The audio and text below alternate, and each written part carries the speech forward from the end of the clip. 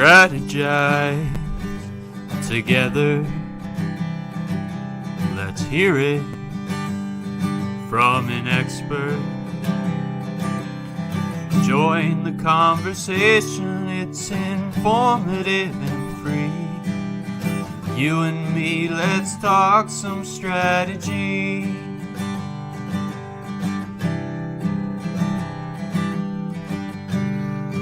Now here's your host, Dorien Morin-van.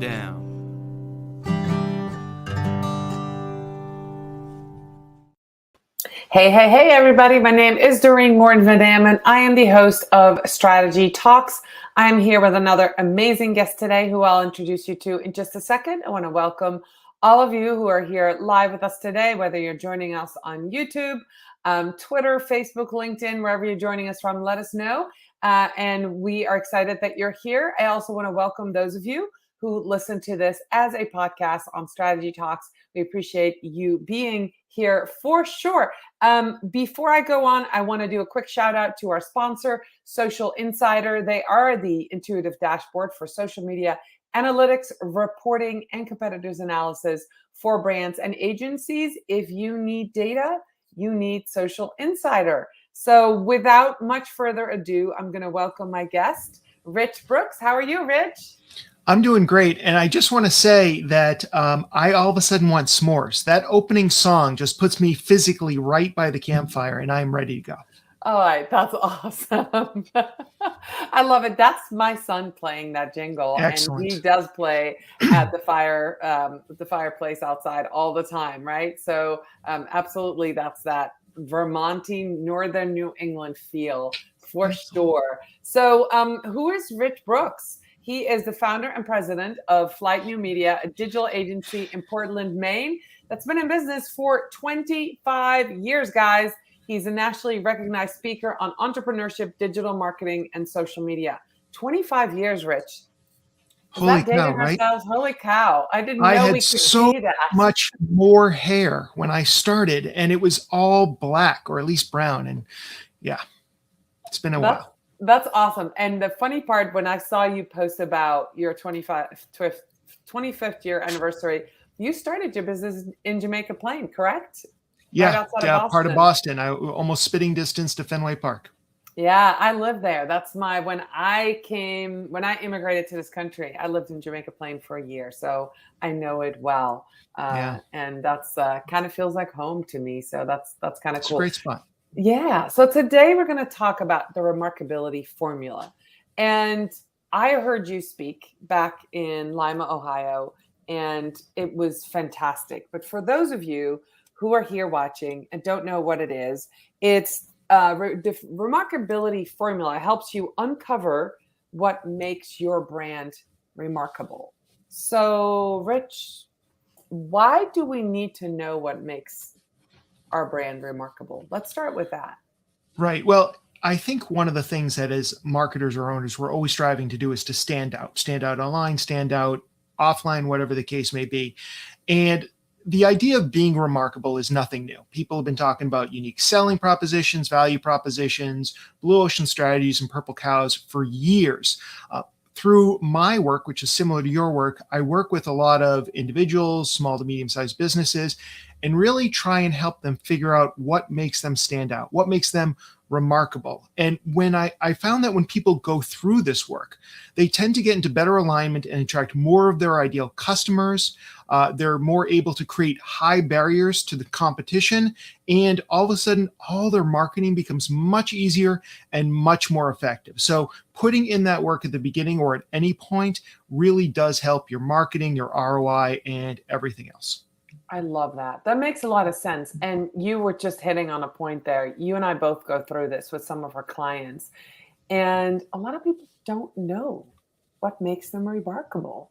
So let's start with this formula. Tell us a little bit more about what this work entails. I know we only have about 15 minutes left. So I want to give the floor to you. Let's talk about what this formula entails and how it can help you, if you're watching this and you might have some either trouble with your social media, your marketing, you might not be reaching the right people, or your messages that you're putting out there are landing kind of in no man's land. Let's find out how we can fix that.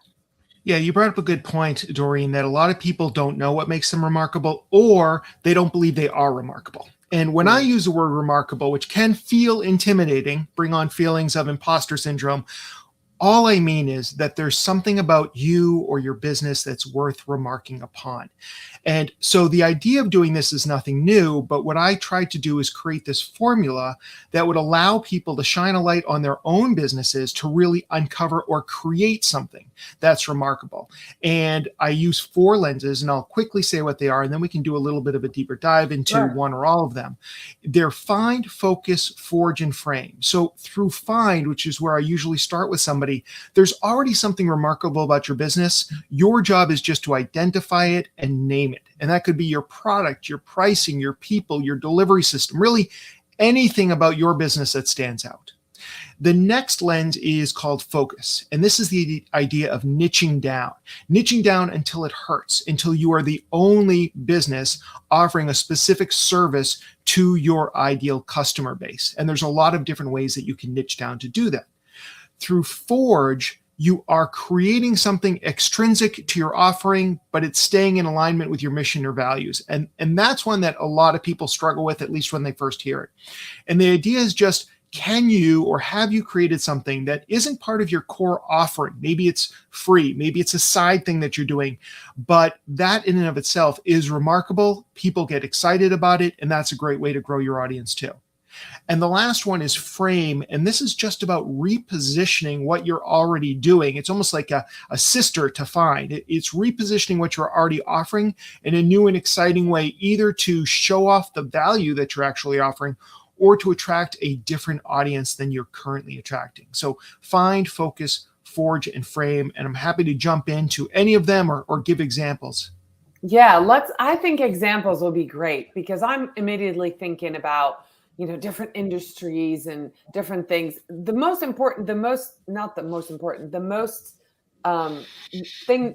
that makes me the most curious is the second one, is the focus, and actually the third, forge. Those two is like you were saying. Yeah, let's focus on those two. I think find, people kind of know, where they are there, but let's do focus and forge. Let's look at those. There's so many great examples with focus. And this is one of the ones that you really can do something about. And focus is all about the idea of just niching down, going for a smaller customer base, reducing the number of ingredients, reducing your hours, reducing your delivery zone, whatever it may be, which of course terrifies most entrepreneurs, right? Because when we get started, we always say, I want to be all things to all people. And that's the worst thing you can possibly do. So it's about really serving a smaller audience. And, one example that happened to me when I moved into my new home is I needed to find an oil delivery company. And I went online and I found the one with the cheapest prices, because that's who I am. And I called them up, and their delivery service ended about a block before my street. And I'm like, do you think you could just deliver? I know I'm 1 block outside of your delivery system. And they said, no. Basically, the way that they keep their costs down is knowing that they're only going to serve this very small audience. Did they miss out on my business? Yes. But are they really able to control the area they're in? Absolutely. And anybody in that area is more likely to use them because they are so much more cost effective than anybody else. That's just one example of how you can niche down. You can also niche down by, if you're a coach, well, so is everybody. But maybe you're a leadership coach. Maybe you're a leadership coach for women. Maybe you're a leadership coach for women who have hit a glass ceiling and are looking for an entrepreneurial escape. So the more you start to niche down, yes, you are shedding potential customers, but the customers that you're best able to serve are going to be more and more attracted to you. And they're going to be willing to pay much more for your services because you have become the expert in that field. And there's all this research that shows, I think it was a couple of years ago, the average American primary care physician was bringing in a very healthy annual salary of $247,000. Sounds awesome. But in the same year, specialists were bringing in $399,000 on average. So $150,000 more for, in some ways, knowing less, right? They're able to help less people. They can do less for you, But if you need that knee surgery or like something going on with your heart or whatever it is, you're going to pay, or your insurance is going to pay a specialist a much higher rate. We reward people who are specialists, who have niched down and really focus on what they do best. I love that. So let me throw out an example. Let me ask you if you can help figure out somebody. So say you're a lawyer and you do criminal law, right? And so you want to niche down. How would you do that? Criminal law for a certain kind of criminal? Like probably yes, for a certain time. I mean, obviously there's already a lot of people who do say personal injury law. That's obviously a niche within this. You might even niche down to further things like people who are injured in a car accident or injured in stores. You might become the go-to person for people who handle personal injury issues that happen in retail spaces or even in big box spaces. And what happens is when you start doing a few of those cases, suddenly you become the go-to person that other lawyers who maybe are only handling somebody's business law, when something comes up, they refer, because Dorien or Rich, they were the lawyers that handled that big case, that got that big payoff. So really niching down. And of course, especially with law, geography plays a role as well. So these are some of the things that will help. And the more you niche down, this also starts to bleed into digital marketing, because as you niche down, this is going to help with both your local SEO. It's going to help with your organic SEO as you're writing more specific content, like doing SEO for lawyers or whatever it may be, or doing, what to do if you've fallen in a big box store and no one's there to help you. Writing that kind of content is going to get a long tail content, much smaller search volume, but the people who are searching for that are going to be your ideal customers.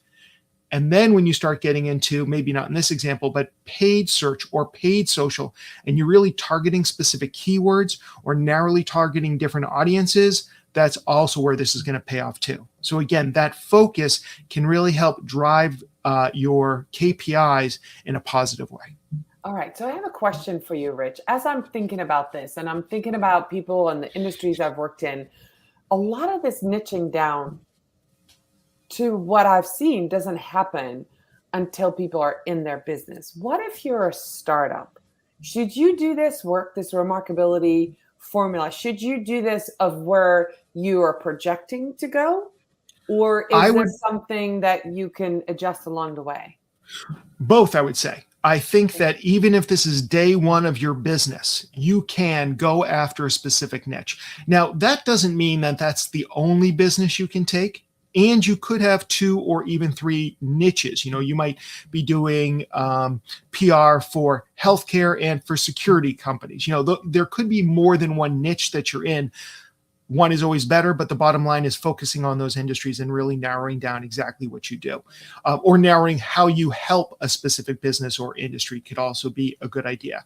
But it's also something that can evolve over time. I mean, you may start as being the industry specialist for one specific topic, like say search engine optimization if you're in marketing. And then over the years, you switch over to social, and then you narrow down into TikTok or whatever the next big thing is. So specialist or focus can definitely evolve over time. And that's because life evolves over time. So yes, start with a niche, but be willing to take on other work on the side to pay your bills. But continue to talk about and focus on that niche, because it really will help your spend as well as you start thinking about things like advertising and trade shows that you want to show up for as well. I love that. Okay, that makes a lot of sense. So if you're watching this and you maybe you haven't really niched down yet, think about your most successful clients, right? Your most successful work that you've done, what you loved about it, how you helped them, what knowledge you gained from doing that and working with those clients. And then think about, could you get more clients like that? And what do you need to do? So let's move on to Forge then, because that was one that I had a little bit of a harder time with. Can you explain that a little bit more? What happens next? Sure. And there's different ways that you can approach Forge. But the idea is that you're creating something outside of your true offering as a way of standing out. And one example is we put on an annual conference. You've spoken at it, the Agents of Change conference that we hold here in Portland, Maine. Now, obviously, people don't need to attend the conference to hire my company, Flight New Media. And likewise, they don't need to hire Flight New Media if they're going to the conference. Like, they're two unrelated things, except that they're both all about digital marketing. And when I get up there on stage wearing my Flight New Media shirt, and people know he's both in charge of AOC and he's in charge of Flight New Media, that makes a direct impression. So even though it may be that that's on some level irrelevant to my company, it does help brand me and Flight as a company that's really involved in digital marketing and helping small, medium-sized businesses grow and succeed in Maine, New England, and the rest of the US. And I've heard from clients when they come, I'm sure you're the same way, hey, how'd you hear of us? And many times they'll say, I've been going to the Agents of Change conference for years, but it's only now that I need a website or SEO or paid social or whatever it may be. So by doing this extrinsic activity, we're gaining attention, we're getting press, and we're getting into boardrooms that we didn't even know existed. And so that's one thing. And so doing things like that, like another thing I've seen people do where they create scholarships around their industry, maybe for underserved populations, to kind of bring people into the business or into the industry. That's another amazing way of doing things. Or Ben and Jerry's, when they created pecan resist ice cream, to use a Vermont example, although they're more of a global brand. But they created this ice cream and donated $100,000 of the profits to 4 progressive groups. They were, very anti-Trump, very liberal, and this is how they basically used their product. They could have called it anything. They could have called it pecan ice cream, right? But they called it Pecan Resist. They built this whole campaign around it. Of course, they angered some people, but they knew that their core audience would probably go out of their way to try this new ice cream. And when you look at their social media activity, releasing that ice cream versus any others, it's like 100 to 1 in terms of the level of engagement they got from that brand, the amount of press that was generated, and everything. And it works for both sides. I mean, the bottom line is we've seen similar things from right-leaning companies like Chick-fil-A and MyPillow. Nobody buys MyPillow without thinking about the political ramifications of that product, right? So it's like when you buy it, you're not saying I need a good night's sleep. You're saying I support this guy who supports Donald Trump. So again, doing things that may be extrinsic to what our offering is, but are in alignment with our mission and values. That's really what I'm talking about here. I love that explanation. That's great. That makes it very clear for me what that's about. For me, for my business, it would mean speaking at events, right? Because it doesn't necessarily impact what I do, but it builds my brand, it builds my brand awareness for people, and it builds that connection between Morin Media and Dorien and the things that I do. And, especially speaking at marketing events, much like you do, it just builds that goodwill, that expertise, and it connects those two. So I love that. I love the scholarship idea. I was immediately thinking volunteering in the community as well. Yep. The only thing that I might recommend, though, is because when we speak at other events, that's obviously just great for us anyways. But what about putting on your own event? I mean, I would actually say that this podcast / live stream is almost more an example of Forge than when you speak somewhere else. What if you put on your own event? What if you created an event or a workshop or a course, paid or free, that was all about this? What if you decided that you were going to teach entrepreneurship to young women coming out of college or coming out of high school, or from your area that maybe came from underserved communities? That's the kind of stuff that's going to generate press, generate interest, and really get people to recognize how remarkable you actually are. Oh, okay. No, that's very, very clear. Can you believe we're 19 minutes in, Rich? I would love to talk to you a lot longer, but this show is only 20 minutes. So before we go, I have a very quick 3-question rapid answer. Okay. So can I ask you? Let's do this. Pep talk or motivational quote? Motivational quote. Physical work or mental work? Mental work. Loose guidelines or clear directions? Oh, that is a tough one, and I think it's contextual, but I'm going to go with the, loose or tight?